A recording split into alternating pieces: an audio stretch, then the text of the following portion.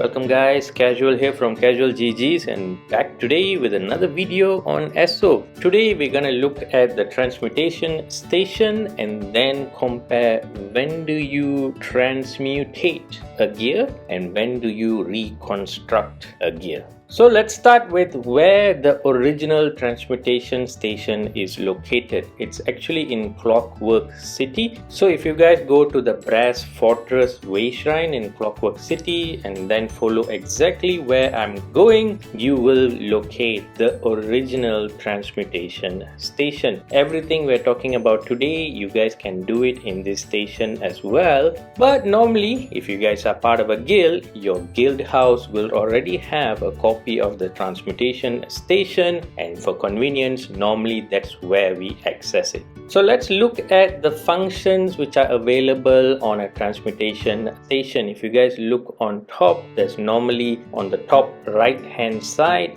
the first is Transmute and the second option is Reconstruct. So let's look at Transmute, what it does and when do we use the Transmute option. So when you guys open up the Transmute menu, what it does is it will show all the gears that you have in your toon and also your bank. So as an example, when I click on my Oaken Soul ring, these are all the traits which I can change from the current trait. So I can actually re-roll another trait and it's gonna cost me. But hang on, this is my toon for adventure. This is not my crafting toon. As you guys can see, none of the traits have been researched and I can't do any transmute work using my toon. So now we have our crafted toon loaded up. As you guys can see, when I access my Oaken Soul ring now, I have all the traits loaded and I can then change the trait on that mythic itself. But take a note, every time I'm gonna roll a trait, it's gonna eat up 50 transmute crystals. Now transmute crystals are the most expensive currency in the whole game. They are not easy to get. We have to do daily activities like pledges or PvP or pug runs on dungeons to get transmute crystals. So we want to use it at the most effective way as possible. So one thing about transmute option is that once you guys pay the 50 transmute to change a trait on a gear,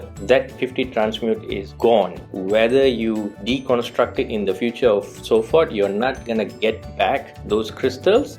So most of the time, the only reason I will use a transmute option is that if I've got a gold jewelry from the golden vendor, for example, the sample I've been showing here, a deadly strike golden ring. Now to gold out jewelry is very expensive because those platings are hard to get and it's also costly. So if you can buy from the golden vendor a gold jewelry and then you retrait it to bloodthirsty, that's worthwhile, right? So that's normally the only function I use transmute for, and that's how I recommend it. Mythics on the other hand is a different beast. If you guys scry a mythic, normally the trait is not what we want, and if you want to trait change it to bloodthirsty, 50 transmute for that purpose is still expensive. I'll show you guys a better way of doing it.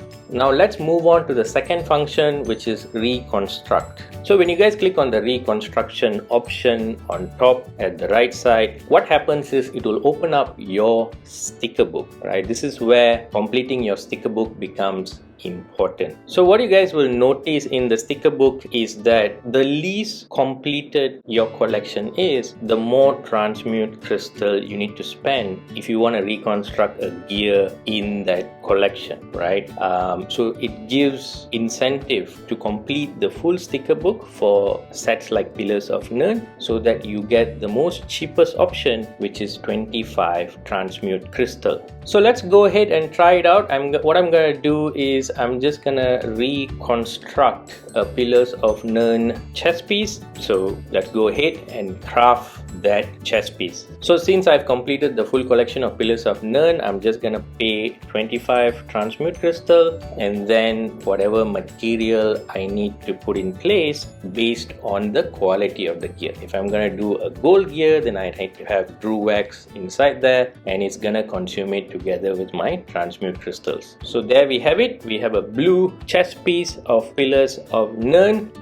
Now let's go and test out the second piece of the reconstruct element, and why it is better than transmute when it comes to gears is because of this. So we'll head to a clothing station, and then what I'm going to do is I'm going to deconstruct that chest piece. Keep an eye on the bottom right of the screen. As you guys gonna see, as soon as I deconstruct, I get back 25 transmute crystals, and you're not gonna get more than 25 transmute crystals when you deconstruct such a gear. So that's the incentive of completing the sticker book. So it's 25 to craft, and then when you deconstruct, you get back the 25 transmute crystals. If you don't do that, let's say the cost of reconstruct was 30 transmute, and then you go and deconstruct that gear, the 5 delta transmute crystal is gone. It's a throwaway, right? You're still gonna get only 25 back to you. So that's why when it comes to gear pieces from dungeons and so forth, it's always better to reconstruct, because if in the future you